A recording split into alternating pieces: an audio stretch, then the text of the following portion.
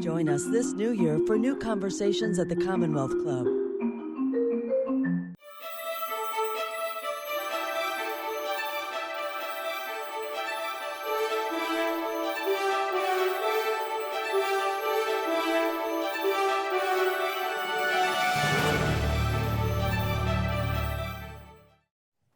Ooh.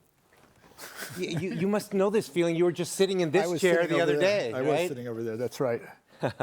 Hi, everyone. Welcome to today's event at the Commonwealth Club. My name's John Markoff.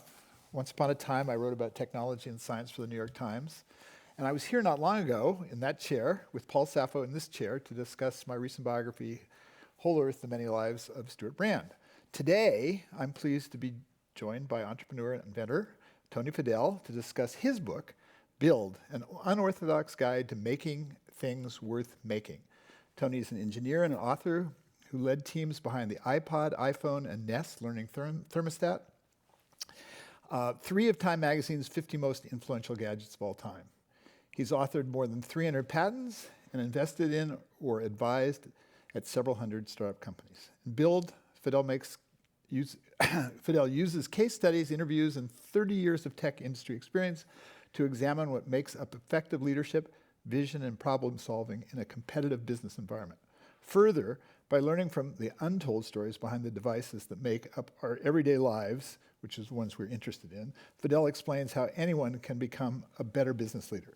Once again, a reminder for the audience, you can write questions to Tony on cards, and if you're watching with us online, use text chat, and we'll try to answer those questions as well. So we're here to talk about your book, but I have to tell you, there was an Apple announcement yesterday that made me feel bittersweet. I wanted to know how you feel about that. 21 years is a long run. Nothing lasts forever. Years. Yeah. But now, how do you feel about the whole thing? Well, first, I was just sitting on, I was sitting on stage yesterday, and all of a sudden my phone, it was on silent, but it went nuts, and I'm sitting here talking to everyone, and it went nuts for 15 minutes, and I'm like, what's going on? And then afterwards, I got off stage, and I was like, it was a message from my friends at Apple going, you need to know about this. And then it was reporter, and so I'm like, oh, wait a second, I got to process this. And so I've had, luckily, 24 hours to process it, and the way I feel about it is this. I remember the Apple II. And I love the Apple II. That was the device. Maybe for iPod lovers, when they were kids, that was their thing. But for me, it was the Apple II. And I was grief-struck when the Apple II died. And it didn't actually die until the 90s. But it was, that was the thing that I loved. But what I came to realize is the march of technology, the drumbeat of technology never ceases, okay? And so you have to just understand, that was a great period of time. But that said, when you go back to iPod, it is the cornerstone of the modern day Apple. If it wasn't for the iPod, you wouldn't have the iPhone. Apple wouldn't be the company, the most valuable, I think it still is today, the most valuable company on the planet. So technology moves on, but the iPod will never be forgotten, right? It may be gone, but not forgotten. And so for me, I just can't think but only the great memories. We had a great party last night. We had a wake. There was a book party last night, but it was really, in some cases, it was a wake for the iPod. And I just think of it very, very fondly. And I can't believe it actually lasted that long. Yeah. Right? And so you just have to pinch yourself and go, it is not just in Apple's history, but it is in the history of computers, technology, and media/music, right? It transforms so many things, the companies, the industries, and so I can only be grateful. It hints also at alternative histories, because you sort of did it 3 times. You did it at Fuse, which was your company, then you did it at Real, and then you did it at Apple. Well, Real was 6 weeks. Well, but you're right. You went there. It could have been this alternative history. It could have been. Why? Remind me why Real didn't work out. So Real Networks, at the time, Fuse, before Fuse, Real Networks was before Fuse. So at Real Networks, they had this thing, the Real Player. And they started having MP3s and audio files that you could play, right? And it was kind of it was like Winamp. They were doing like a Winamp thing, which was an MP3 player called Real Player. And I wanted to go and take that and put it on home theaters. I wanted to make devices with it, computers and everything. And so I was hired. I was the CEO of Philips. I arranged a meeting because I was at Philips doing partnerships after I was doing my devices, and I was getting Rob Glazer and Rule, I forget his last name, together, and he didn't show up on time. So Rob came in, and I sat for 3 hours with Rob, telling him all about this vision. And at the end of it is, I want to hire you to make this thing together, and that's why it happened. But at the end of the day, it didn't happen at Real because they changed their mind. Yeah. They sold me a bill of goods, and then when I got there 6 weeks later, And then, they changed it. had you met Steve Jobs before this, or did you meet Steve Jobs when you went there to build the iPod? I met Steve once, and that was at Andy Hertzfeld's birthday. Okay. Steve came by his birthday in the front yard of Andy's house, and Steve had his bike. He, came on with the bike in the basket, and he was there, and I was like, "Oh my God, it's Steve Jobs!" It was so cool. But then, how did the deal happen? Did he call you up? Did you go to them? I forget. For iPod? For iPod. So for iPod, what happened specifically was I had lunch with a friend of mine. This is when I had Fuse, and we were doing MP3 players and that home theaters. And we had lunch, and he was, there's Ali Elasti. And Ali and I worked together at General Magic. And so Ali and I had lunch together, and I was telling him all about this company we had and what I was trying to do with MP3s and such. And I was like, and the internet crunch happened, right? April 2000 happened, and everything was down. And I was pitching and pitching and pitching, 80 pitches to try to raise money for Fuse, and all of them failed. And Ali goes, and I told him, and he's like, "Oh, I'm really sorry to hear that." The next day, Ali had a lunch with John Rubinstein, and they worked together at Next. Right. And John was head of hardware at the time at Apple, and said, "Who do you know who?" to Ali. And Ali's go, "Oh, well, I just talked to Tony the day before. You guys should hook together because he's doing something like that." And so then I came on as a consultant. So that's how it all came together. And so you were already at Apple consulting the first time you met Steve. Yeah, the first time I officially met Steve in a business context was 6 weeks into my consulting gig, and it was a pitch to him that turned out to be the iPod. How did it go? It was 3 hours. It was a 2.5 to 3 hour meeting, and I was prepped because luckily I had Stan Eng with me, and Stan, and he's still at Apple today, and he taught me the do's and don'ts of how to pitch to Steve because he had done it in the past, and so we made the slide deck and I presented it and we went through it, and the biggest thing that was like, Sony has the #1 slot in every single audio category in the marketplace. Walkman. Right. It was a Walkman. It was a home theater, or home stereos, all of those things, speakers, everything. And so I was like, how are we going to beat them, right? And so that was one of my biggest concerns, was the competitive side. But I showed 3 different versions of what the iPod could be, different types of memory and layouts. And as Stan told me, was like, save the best for last. So the first 2 was like, shoot that one down, shoot that one. Steve will shoot that one down, and then the last one is the one. And I actually had made a styrofoam foam model, and I weighted it with my grandfather's fishing weights and made this whole thing and put it in front of him, and he held it and. So there was pushback. Yes. The lore I've heard about Steve is that he'll often tell you this is a terrible idea, but if you stand up to him and sort of stand your ground. Yeah, I had to, and we had to over time. But at this meeting, it was like, ha. Yeah. And so, obviously there was some pre-work done before I got there. So. Okay. All right. What did you learn from writing Build? I think I learned, one, I was able to process a lot, especially from the last 5 years of all the kind of things that happened with Nest and the teams and that. But it really comes down to, regardless of the different technologies, the different things you're building, and how you're trying to change the world with those things that you're doing, whether it's products, services, electrons, or atoms, human nature doesn't change. The teams, the people, building themselves, building businesses, all of those things are born out of human nature, and you have to go back to those first principles and understand that. So, and make sure that if you do a great job with those things, along with great technology, then you can have success. If you're just focused on the technology for technology's sake, and that doesn't mean just the people inside of the company. This means the customer outside as well, whether that's a business customer or a end consumer or what have you. You need to really get inside their brains in the human nature aspects of it to be able to sell people or convince people and make sure you're telling a great story, a non-fictional story. Too many times in technology, as we know, there's a fictional story of marketing and then the product shows up and you're like, wait a second, how does it come together? But you have to put together a really great story that resonates and deliver on that. I mean, when I was reading, a certain part of your audience is obvious, but I wanted to ask you what you were thinking about. Who was your audience when you started? I mean, who did you want to reach? The audience for the book is really, and it's a mentorship encyclopedia. It's not a linear, non-fictional or memoir or anything like that. It is really bite-sized chapters for the TikTok generation. So you can dive in 5 or 7 pages, something like that. So you can dive in and learn something. And it's really about a mentorship encyclopedia of all kinds of crazy stuff. So I was trying to target my younger self.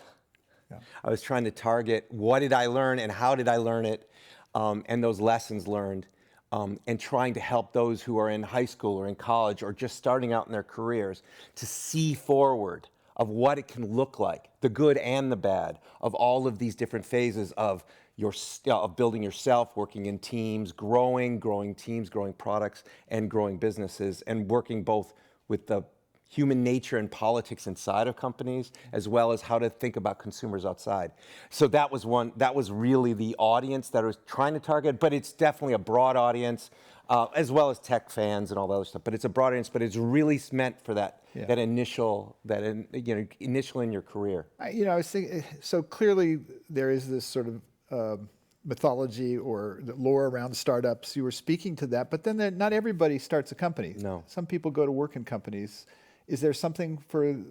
Yeah, this book isn't for people who are just entrepreneurs or want to be entrepreneurs. This is human nature that comes in large companies, because I worked at Philips with 375,000 people. I've worked in startups with 10 or 15 people, and so again, it's human nature is the same in all of these organizations. But it's really said if you're trying to build a new project inside of a company or a new business inside of a program, or you're just trying to build your career inside of a large company, how to think about those things. So it's really not just about the startup culture of Silicon Valley, and you need to be an entrepreneur and you need to be a CEO. This is just if you're in a team, and you're trying to do or want to know how to do great work and what it looks like to be in a great team, trying to be doing great work, whether that's in a big or small company. Yeah.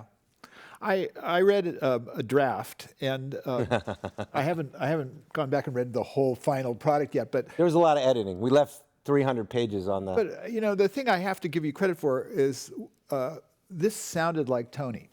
It sounded like an authentic book, which I'm saying to you as a compliment. But the subtitle is an unorthodox guide, and I was trying to think, well, what would Tony say orthodoxy is? Right. So the orthodoxy of how I grew up in Silicon Valley, because I came here when I was 21, the orthodoxy is change. If you read management books, they're like, oh, we have this new management philosophy, and we're going to do stock options this way, and we're going to do this kind of way of doing. It's so unorthodox. Actually, I'm telling you stories in here about how things didn't change when it comes to human nature. The technology may change, but the way you work together on a team or build yourself is very much rooted in decades and centuries of human nature and that. So it's unorthodox because it's against the orthodoxy of the technology business in general. Yeah. What was it like to write a book? Well, you and I were, lamenting about that many times, and that was how many books have you written? I think 6. 6. Well, this was my first, but I could tell for you, even on your 6th book, it wasn't so easy, right? You think it gets easier. Yeah. I think for me, it was difficult, but luckily I had a really amazing co-writer, a woman named Dina Levinsky. She and I worked together at Nest. We only did short form. She never did long form before when we first met, she was 22. English is her second language. Russian is her first language. Russian is her mother tongue. Genius, writer and speaker. But what we did in the first 3 years at Nest, writing the web copy and manuals and what have you, was we were able to work together to find my voice. She came from one area and the other, and we just, and we found it. And so we started working together at Nest that way, and it was very productive. And then about 2.5 years ago, she quit her job.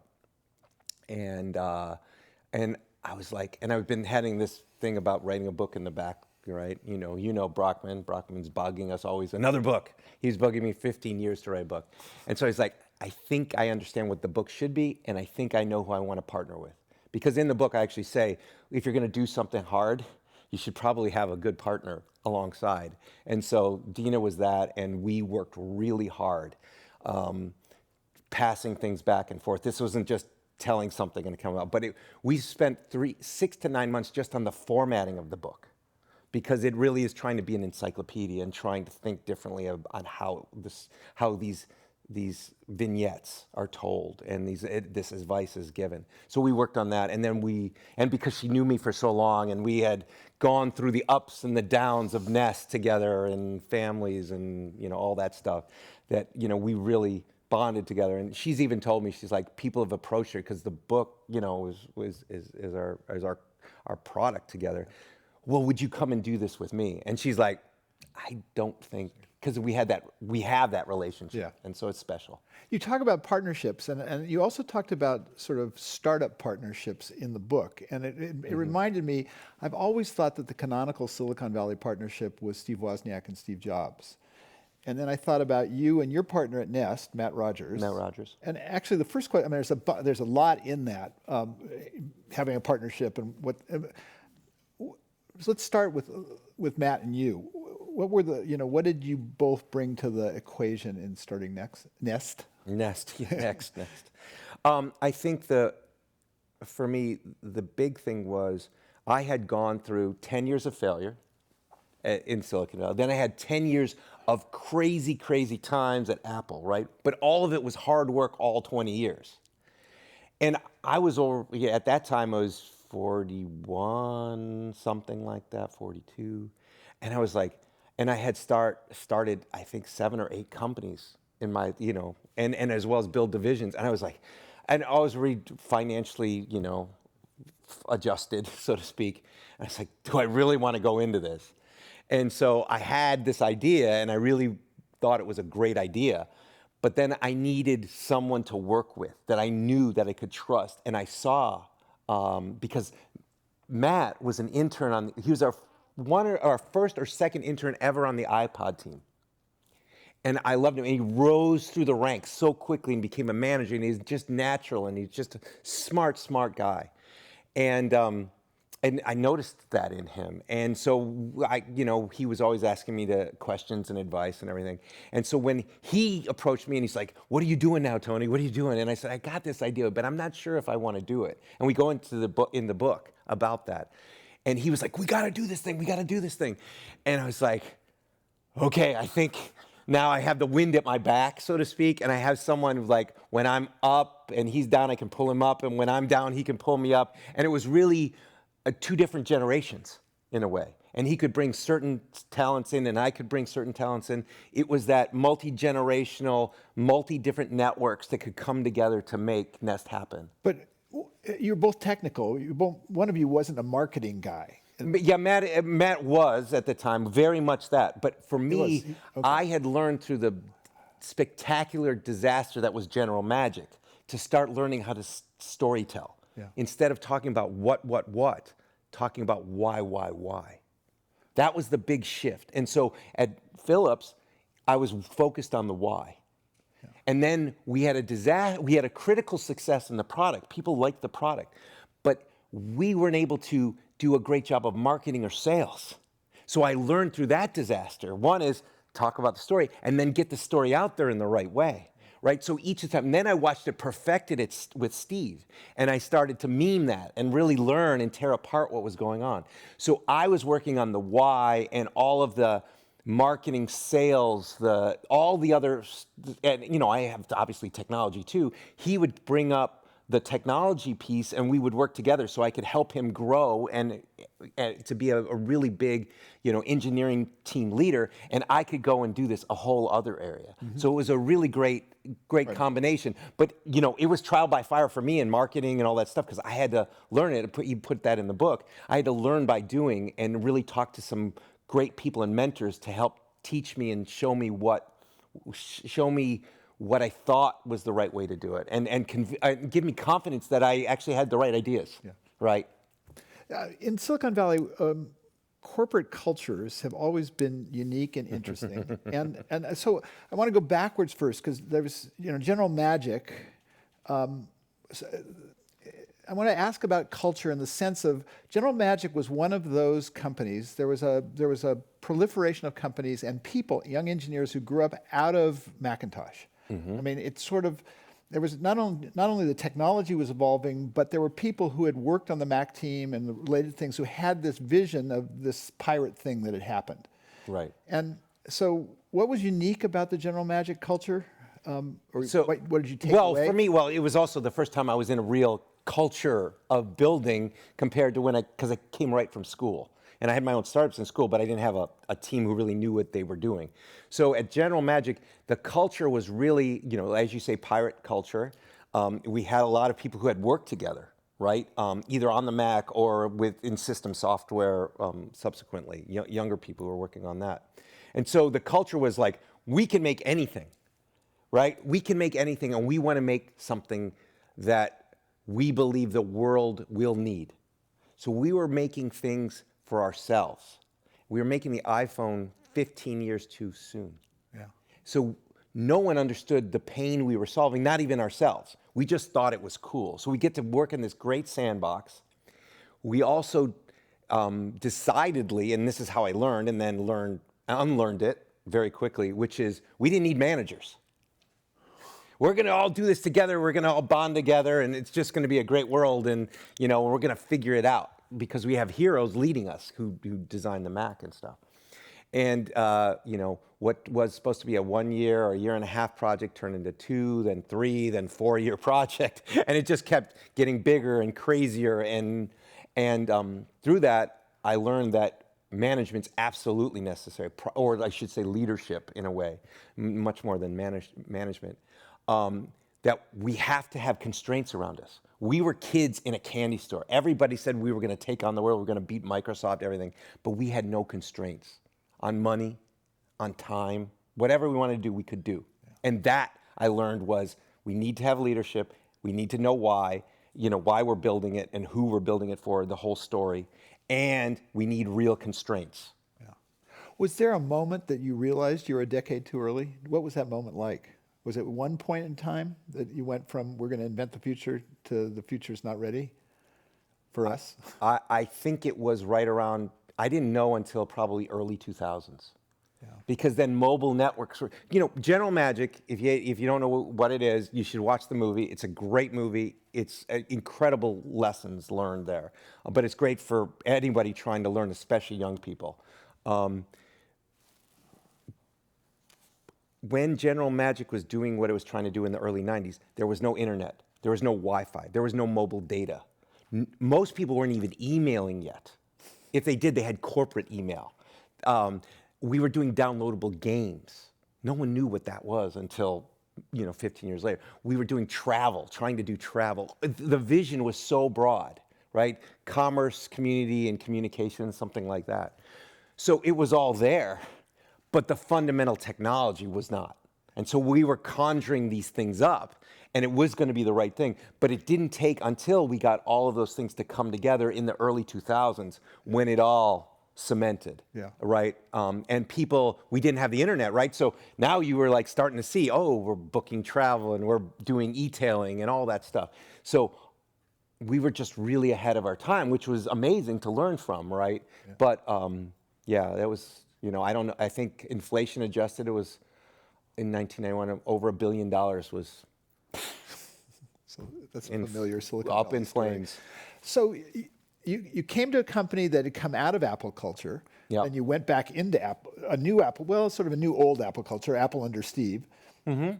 And then you went to Google, another Yeah. Sergey and Larry called. What about the distinction between Apple under Steve and Google under Larry and Sergey? Well, I think you need to look at the leaders first. If you look at Google, or specifically Larry and part Sergey, when they came out of college, right, they had an algorithm for search that was better than anyone's, right? And then they were able to marry it with DoubleClick, right? But if you look at Google, Google has been up and to the right and has never gone through any kind of existential moment, a near-death crisis.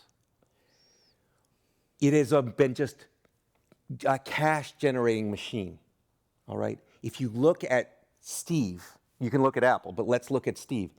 Steve there was the up of the Apple II, the down of the Mac. You know, Mac was great, but it was a down, right? Then it kind of middled on, and then he went to Next. It was up and then down, right? So he went through these near-death moments and had to reimagine himself, reimagine the things he was doing each time. So that hardens you, makes you kind of see differently, right? It makes you go, okay, you question a lot of things. When you never had that near-death moment, and also Steve was married, had kids, you have a whole different kind of lifestyle over that time. This generation of Apple, maybe there's 3 waves for me: Apple II, Mac, and then iPod, post-iPod. You go, oh, he was a tempered business leader and understood those things and constrained because he lived in the world of constraints and failure. Whereas in Google, you don't have that. You're going to have a different way of looking at the world. So I think that's really the way to contrast it, and why the ethos and the culture is different. Also, when it started as all electrons versus atoms and electrons, you have a very different way of developing costs. Yeah. If you screw up, remember the Apple III almost bankrupted the company because they didn't do this and the hardware didn't work because they didn't get all the pieces right. So you have a very, very different culture when you can't just ship a beta because ship a beta because it's free. Whereas when people have to put money on the line and there could be returns and unhappy customers, you can't really complain when it's free, right? Because you're the product. But when you're buying the product, it's a different story. You spend a lot of time in parts of the book talking about that unconstrained world of Google that you found yourself in. Yes. I think I won't use that term on the radio. There's something about massages that people can read. Yeah, there's a whole chapter about that. But it's disorienting. I actually even felt a little bit disoriented for me to be in that there are no boundaries, no frames kind of environment. Right. That may be a one-off, right? That may be a once-in-a-generation kind of thing. Well, look, the problem with that is, Google's successful. I have Google stock. I'm not. They have their thing. Okay, it wasn't my thing. That's not how I was raised. I was raised in the pre-Apple culture with that whole kind of thing. They have theirs, and it works for them in whatever way. But it is very different and very jarring when you come from one into the other and see this, because I don't think, unless you have a special business model like they have, what happens is you get all kinds of other startups trying to replicate that. And they replicate it without having the same underlying economics. And what happens is it distorts everything. It distorts how employees think they should be treated or how they should have all these perks. Everybody should be treated well, but I should have perks upon perks upon perks upon perks. Most companies, almost all companies can't afford those things, right? So it distorts and warps how you have to think about the cultures you create and all those other things. So just because we heard all the media saying, oh, look at this cool thing, and look at this cool thing, and look at that Google does, it's to me, it's a special environment. It's almost like a different planet. And when you go back to this planet, the other world with the more not a cash generating machine like it is, you have to think differently. Yeah. Right.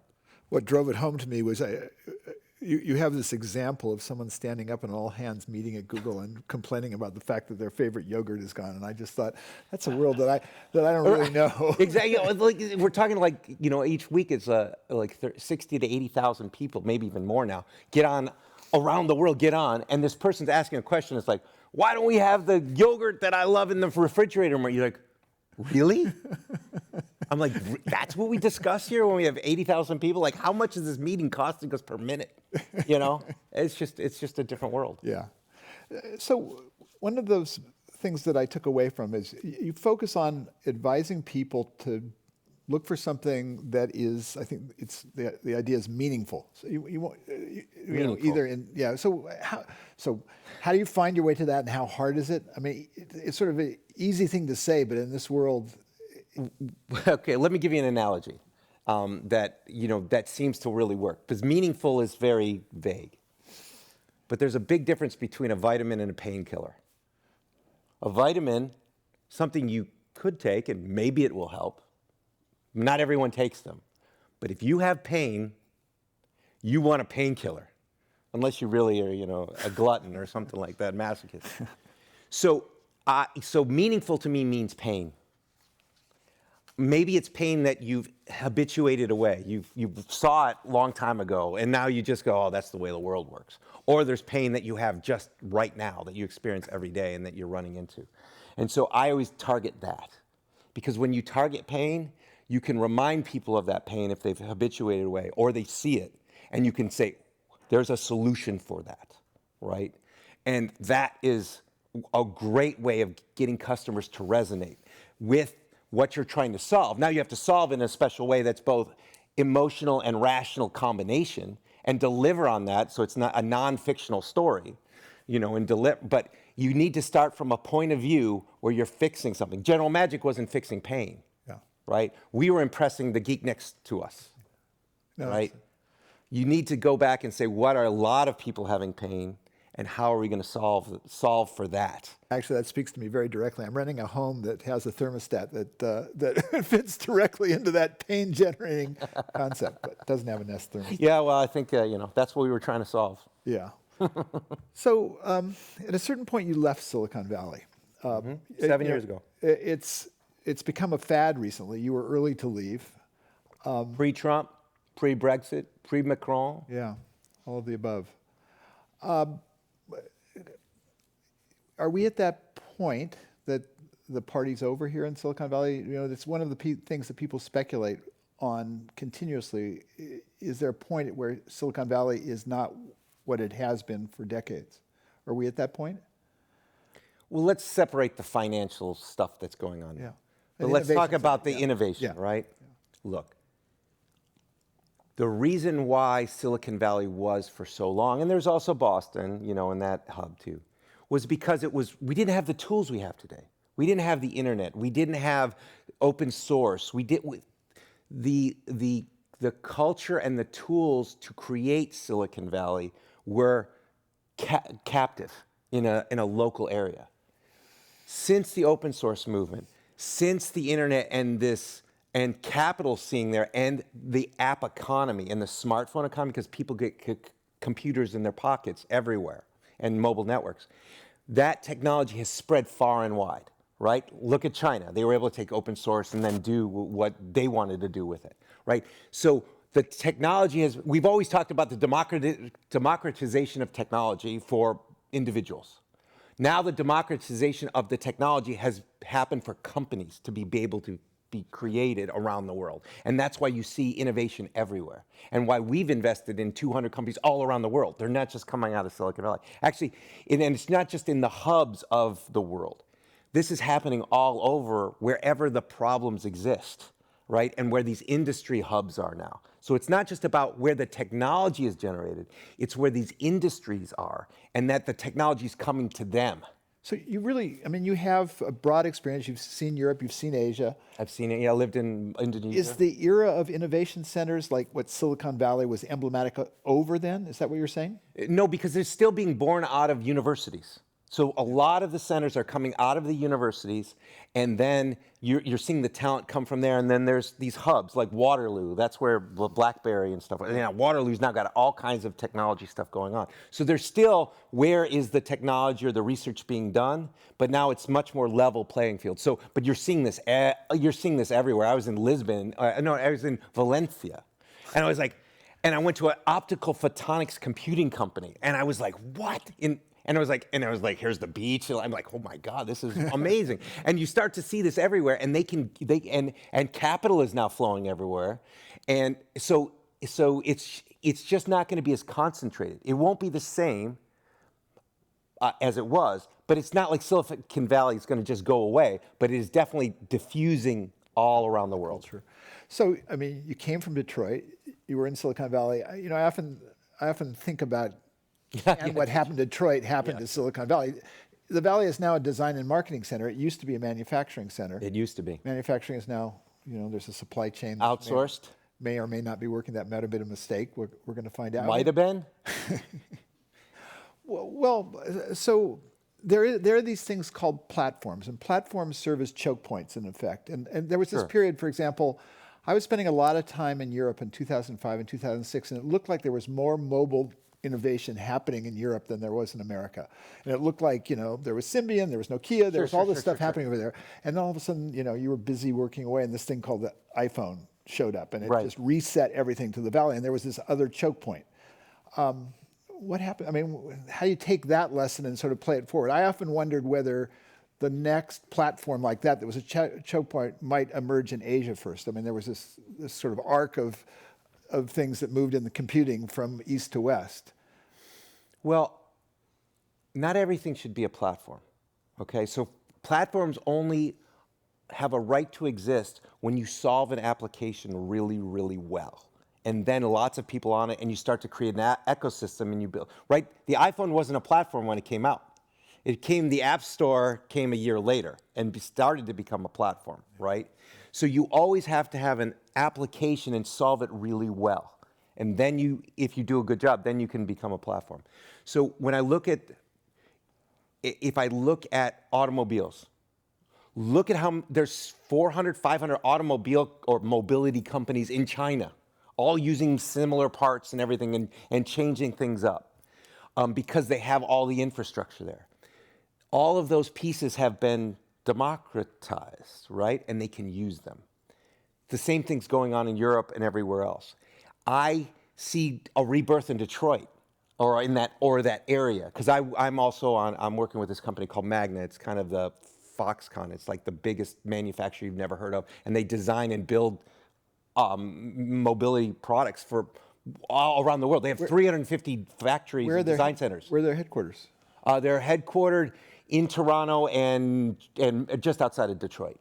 Right, and so they're now spreading that innovation all around, and they're making cars and designing mobility for Vietnam, and so in something in Brazil or what have you.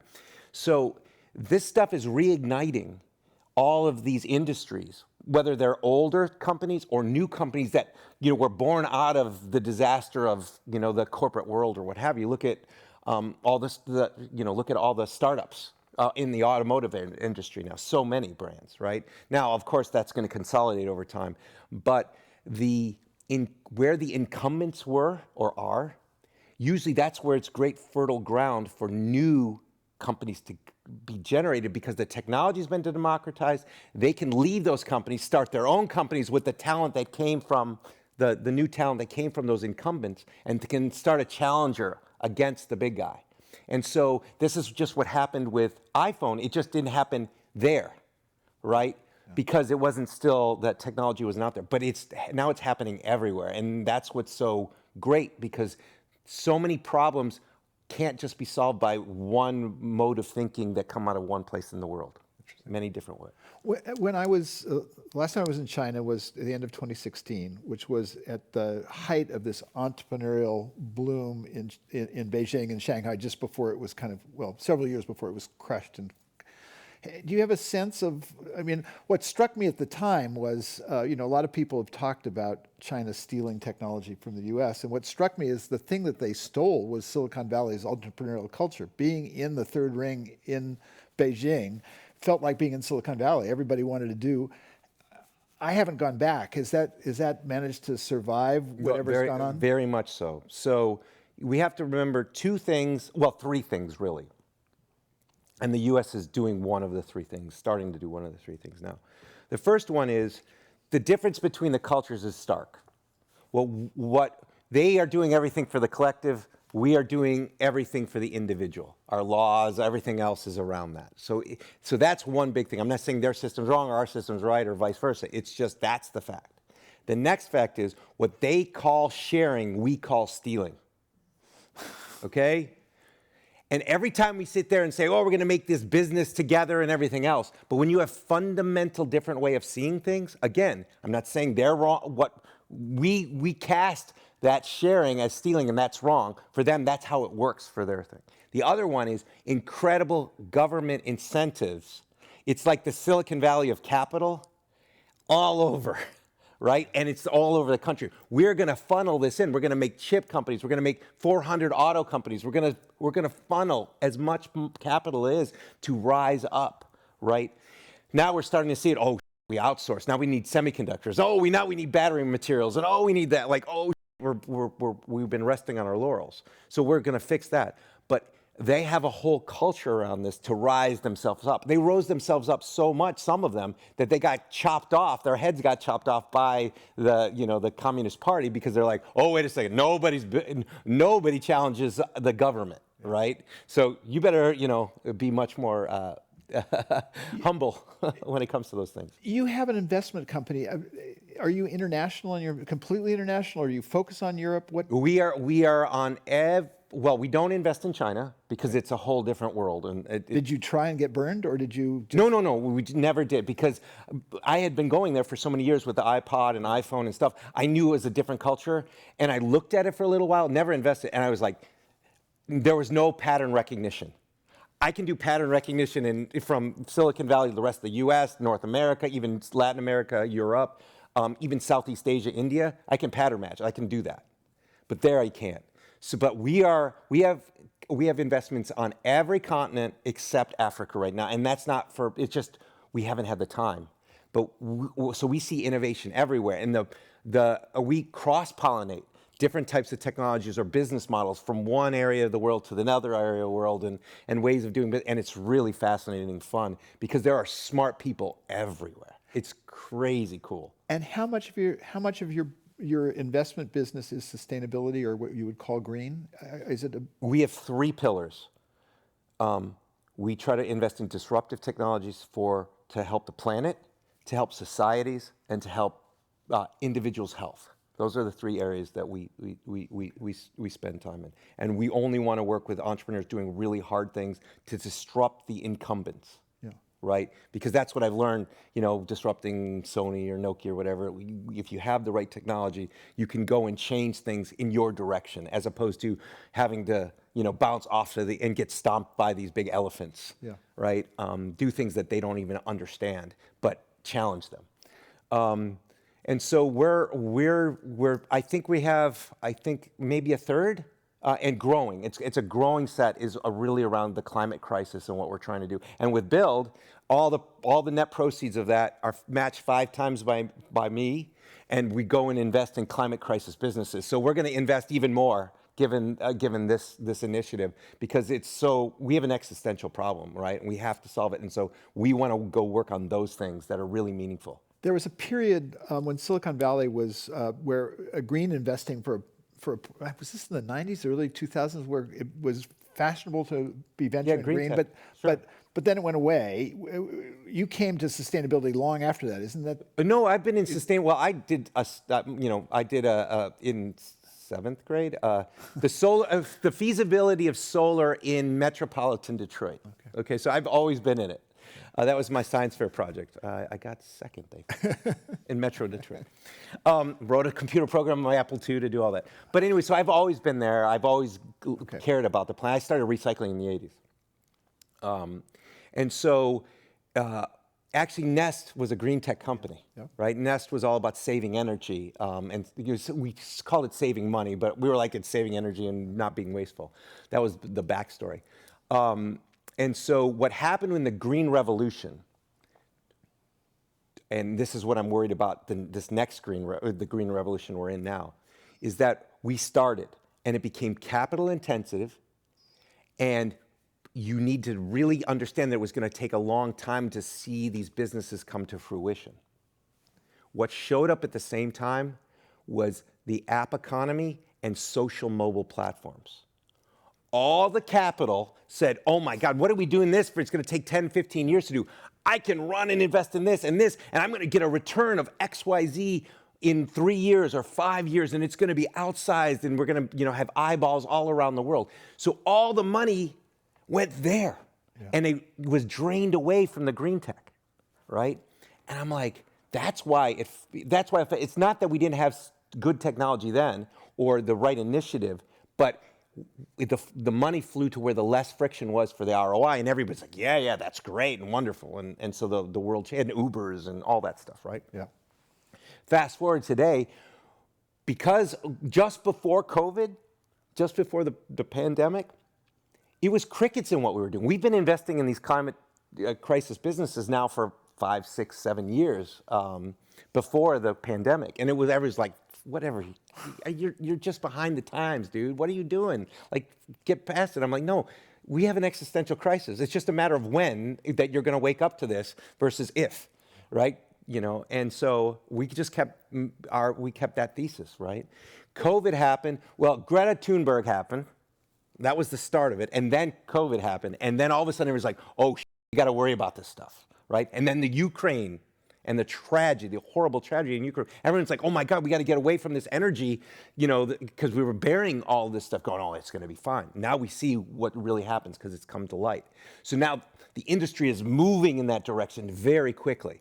It's great, especially in Europe, to see all of the laws, carbon border tax is coming on. If you make a battery manufacturing plant, you have to make a battery recycling plant. If you don't, you can't have the manufacturing plant, right? So you see this circular economy starting to be incentivized or mandated. It's really interesting to be an investor over there. And so now we have companies calling us, going, what solutions do you have for these problems that we have? Which is very different than just 3 years ago, when people are like, yeah, whatever, you're going to lose money. But here's my worry. My worry is this. My worry is when we talk about stupid like the metaverse. It's going to drain away capital from this thing that we have to get right this time, just like we had social mobile before, right? Or the stupid culture around the culture. I think the technology of crypto and blockchain, if done right and they're green, those are good technologies. NFTs, not the culture again and what you're doing with it, but the technology is the right thing. AR, VR, XR, those are great technologies. In service of the metaverse, wrong. And I don't want to see all that capital go there and drain away from the climate crisis that we have. And luckily governments and corporates, and they're showing much more love around that. So, but we got to get rid of some of this wasteful capital going to the wrong things. The goal's clear. The path is often a struggle. When I visited you in Asia, you had what I still think was a spectacular idea as an alternative to these two-stroke two-wheeled devices that I saw. And my sense is it didn't work out, but it's clearly the right idea. Would you take me through that story? Living in Indonesia, living in Bali, when you go on and all throughout Southeast Asia, you go on the roads and you go, there are 10 times more two-wheel vehicles on the road than four-wheel vehicles on the road. It's the exact opposite here. It might be even worse, 20 to 1, something like that. As bike riders, we know, right? Yeah.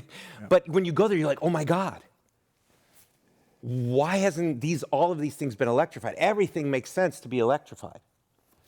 And this, I started this kind of drumbeat 4 years ago, something like that. So we're getting moving and all that other stuff. And then what happened was COVID. COVID happened and it shut down the ability to travel within the regions, us to be able to hire capital. I couldn't go there.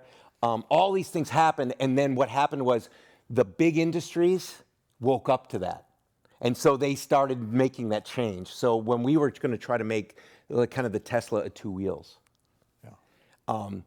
we couldn't do it fast enough because we couldn't get things out of China, all the COVID stuff. And so these larger companies started making the things that we wanted to make. And so it's just a matter of timing and that stuff. But it's happening, and it's happening incredibly fast in the electrification of these mobility products all throughout. And I'm very pleased to see it, actually. And are there other ideas in the mobility space? I mean, have you invested in any self-driving car startups?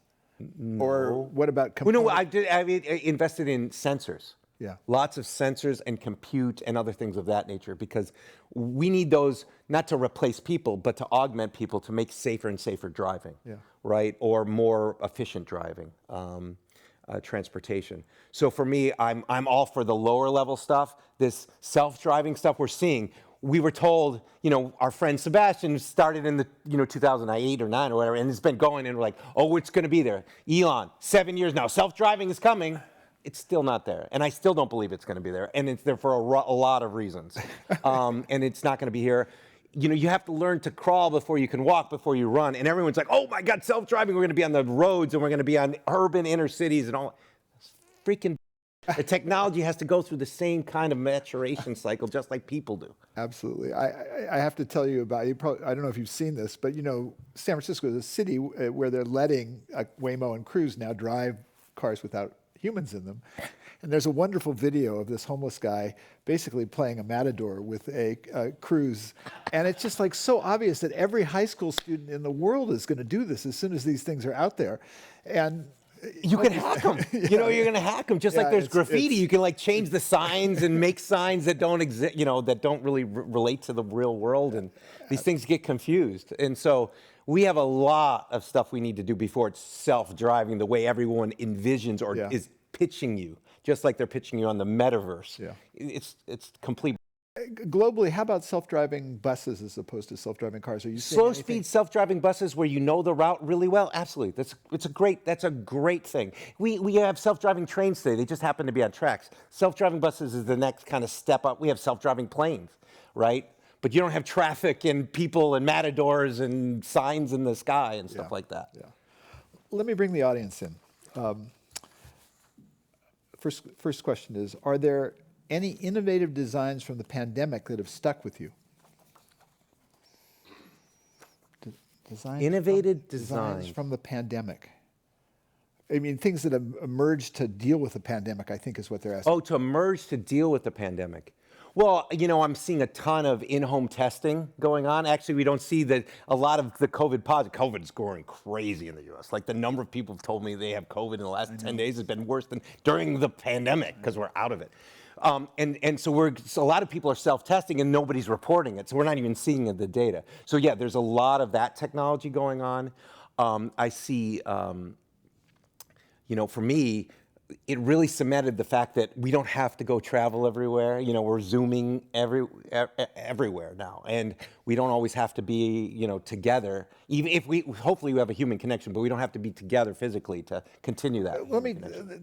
So one of the things that's disappointed me is, okay, we've had 5 years of Zoom now or whatever. It hasn't made as much progress. I mean, there are all kinds of limitations to the Zoom interaction. Yeah. I thought there would have been more sort of technological sort of refinement in that interaction than there has been. There have been little bits and things. Microsoft Teams done a couple of things, but it's still kind of lipstick on a pig in a sense. It would be great if Steve was here right now. Yeah.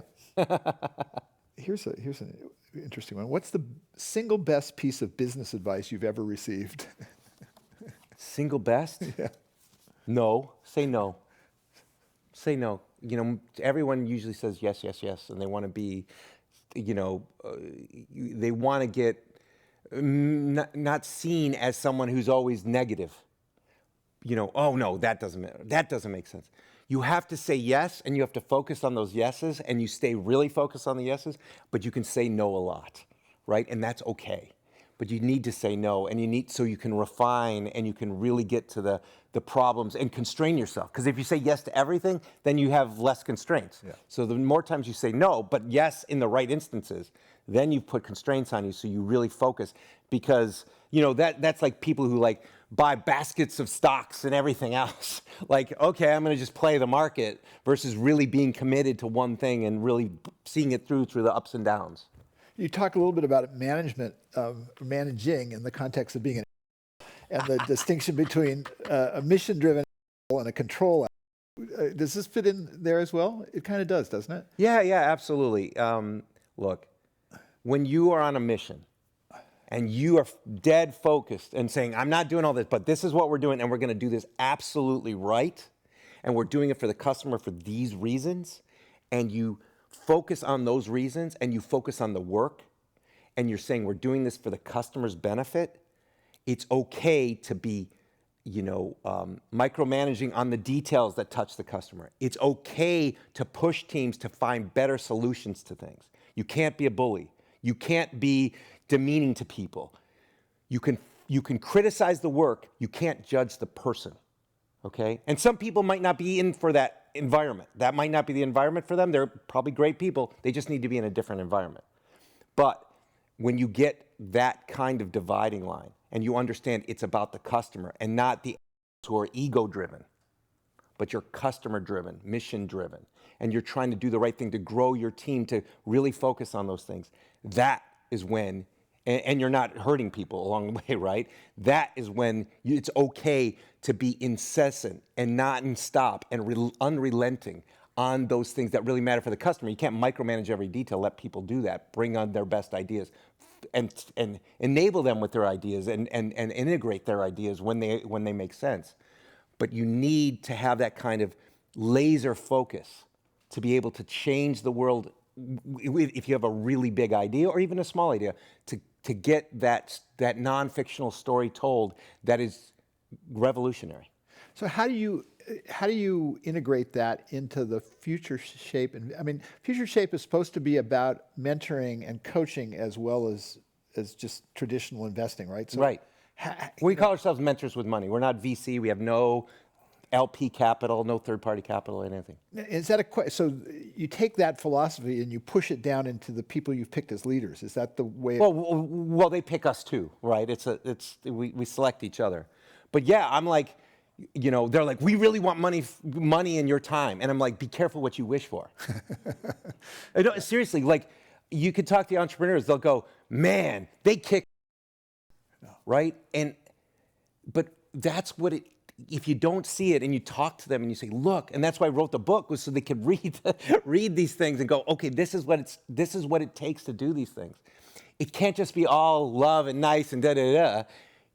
It's hard. It's hard to do these things, and you're going to make mistakes, and that's okay. But you got to learn from it, but you got to push to get to that point, and move forward. And so what we do is we're coaches. The best coaches, usually the best coaches aren't the ones, oh yeah, just go ahead and do whatever you want. And yeah, you're really great, and we'll win one day.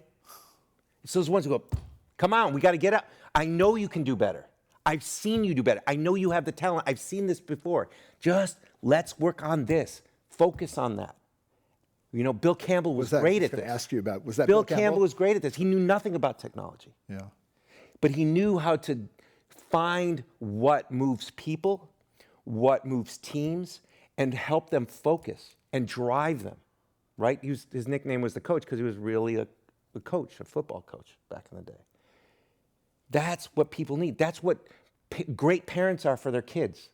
Not ones who help them, not the ones who give them their journey and say, stay on this journey, ones who help them find their journey but push them, right? I have a chapter in there about CEOs, babysitter CEOs versus parent CEOs, right? Parents put the companies at risk, put in at peril because that's where they're going to grow. Babysitters, just give them back to the shareholders. Just do no harm, right? Just let them grow like they would normally. But to get things to change, you need to be on the money. You need to be focused, and you have to have the team grow into it and learn about it. And that takes, especially when you're down. Come on, guys, we can do this. Let's go. I see it in you. And they build themselves, and by building themselves and their culture and their team, can they build these products, and then they can change the world. Here's an interesting one. We'll have to see if you agree with this. As an advanced energy insider, I see Nest as a, quote, base hit, unquote, compared to the iPod's home run and the iPhone's grand slam. Would you be willing to talk about this, and if you'd do anything differently with hindsight? First of all, do you agree? Well, there's Nest as a platform and home products in general, and there's Nest as a thermostat. Nest as a thermostat product company was a grand slam. We woke up people to the problem with thermostats and how ugly they were and how much money they were consuming, right? What they did for the planet. We got people to put them under a Christmas tree, right? We got people to self-install it. We got people in a movement, literally a movement to do this. We got Honeywell to sue us because we were really screwing with their business. We got the HVAC channel to hate us because we were selling them in Best Buy and being very open book and transparent about the prices, whereas they were always making money because they were jacking up the price when they walk in and they look around and go, oh, they got a lot of nice stuff. This thermostat is $350. They walk in another house, it's $100, right? So they didn't like us because we were changing the status quo. And now customers have choice. And they are self-empowered to do this, and it's all around energy. And home energy is a huge part of the consumption. So to me, we were able to do that. We couldn't make enough for 2.5 years. We changed the conversation around those things. And then Nest, because of the fact that I drove the sale of Nest to change the landscape of where the trajectory of this technology was going, instead of getting it changed on us. If you look, before Nest, Google, Amazon, Microsoft, Apple weren't doing anything in that space. When Nest came, they were like, oh, that's kind of interesting. When Nest and Google got together, then all of a sudden, Apple, Amazon, Microsoft, Samsung, they're all like, oh, we need to do something too. Look at how far we've come in 10 years since then. So as far as I'm concerned, sure, but we are going to get a whole set of really good network devices. Now, Thread and Matter are coming, which we created at Nest. It was called Thread and Weave. Now it's called Thread and Matter for building a whole new network of devices that are much more resilient than the brittleness that we have today with Wi-Fi and Bluetooth. That stuff is, and Amazon, Amazon, Google, Apple, Microsoft, they all signed on to the standard, and they're all working together on it, just like they did with Wi-Fi. So to me, you could say grand slam homer from what dimension? To me, that's huge. A small little team has been able to change all these big guys and change the energy discussion. To me, I think we've made the mark. Now, did we finish it? No. But did we start it and start it in a big way? Absolutely. I couldn't be prouder. Yeah. Okay. How did you, quote, reality test, unquote, your, quote, consumer story, unquote, for the iPod, given Apple's culture of secrecy? We tested on each other. Yeah. We smart people around. You don't have to go out to the masses and have them do surveys and everything else. That's so 1990s. I did that at Philips. I learned that data does not equal insights. And data, when people haven't paid for things, is not real data, right? You have to have good judgment. But when you do version 1 of anything, it's mostly opinion-driven decisions, not data-driven decisions. So if you get more opinions, you just get lower common denominator, right? And you just say, oh, I'm going to average between all the opinions. No, you have to have a strong opinion and maybe a few people around you who can be mirrors and help you to see what you're talking about and help you refine those opinions. But not until after you've shipped it can you get actual data and consumer insights. Yeah. You have to have a very strong conviction on what it is you're building and why you're building and the story around it, because there is no data you can get for it. You need to get it out there, ship it, and then modulate off of that with data, but also insights and still opinions, because you have to move it forward and leapfrog yourself as you go. Okay. We've got just a couple more minutes. I want to conclude by talking a little bit more about climate. Sure. And we've had a lot of conversations about energy and batteries and green hydrogen. I'm curious on the optimism scale where you are, because there are some things that are looking super dark. Many things that are looking super dark. But if you're not somewhat hopeful or somewhat optimistic, the alternative really sucks. But so that's one thing. So you got to say, well, look, we got ourselves into this problem. We can get ourselves out. But what really makes me hopeful, and especially going around the world, is the number of brilliant brains out there working on the problems and solving the problems in their locale, because they're all different. You can't just have one magical technology and it's gonna fix everything. I can see 5, 10, 15 years in the future every day, because we're building it today. These companies are building it, and you're like, oh my God, this is coming. This is coming. You know, and so, what, 7 years ago now, 8 years ago? And I don't know if anybody knows this company, Impossible Foods, right?